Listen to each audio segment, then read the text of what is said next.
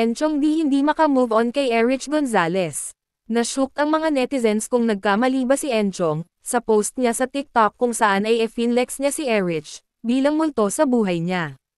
Sikat ngayon ang kantang multo ng Cup of Joe dahil maraming nakaka-relate rito. Ito ay tungkol sa mga hindi makamove on sa kanilang minamahal. Nang mag-upload si Enchong ng photos nila ni Erich, ay nagulat ang mga netizens. Baka raw nalasing si Enchong at nag-relapse. Inakala na dump account ang in-uploadan niya ng throwback. Wala umanong romantic relationship ang Enrich. Sa pagkakaalam ng publiko ay best friends ang turingan nila sa isa't isa. Hindi magnobyo, kaya minsan ay napagkakamalan pa ang aktor na bakla, dahil sa tahimik ang love life niya. Ikinasal si Erich noong 2022 kay Mateo Lorenzo na isang businessman. Napaka-pribado ng kasal, ni wala masyadong lumabas na mga larawan. Kahit hindi na aktibo si Erich sa showbiz, ay napapag-usapan pa rin siya lalo na nang kinasal ang kapatid ng kanyang asawa na si Basti Lorenzo kay Claudia Barreto.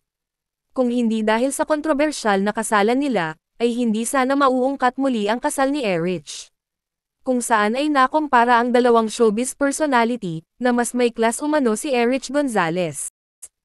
Ang isang sorpresa pa ay, may anak na pala sa Erich na isang baby boy. Bininyagan ito sa pangalang Jose Mateo Lorenzo. Sa post ni Father Frankie Mabanta ay binahagi nito ang isang larawan kung saan ay may bitbit na baby si Erich.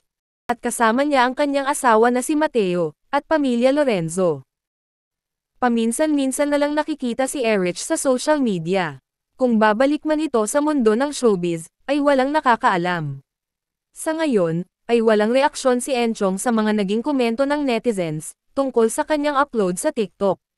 Nabahala naman ang mga tagahanga ng aktor, dahil kasado na si Erich at may pamilya na ito. Ano na lang raw ang masasabi ng asawa ng aktres? Masyado na atang huli ang pag-amin ni Enchong D sa kanyang nararamdaman. Anong masasabi nyo rito? Wala nang ang rewind para kay Enchong D.